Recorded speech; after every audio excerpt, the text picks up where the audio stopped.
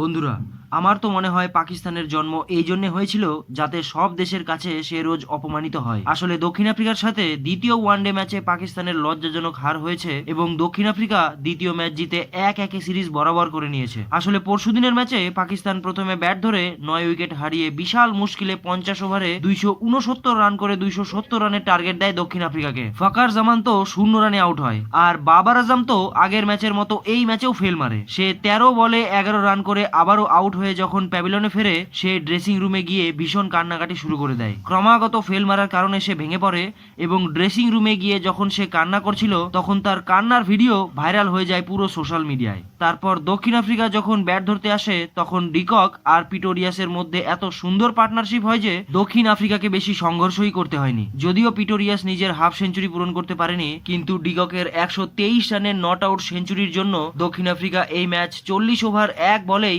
মাত্র 2 উইকেট হারিয়ে জিতে যায়। আর তৃতীয় ওয়ানডে ম্যাচ আজ রয়েছে। আজকের ম্যাচে যে জয়লাভ করবে সিরিজ সেই জিতবে।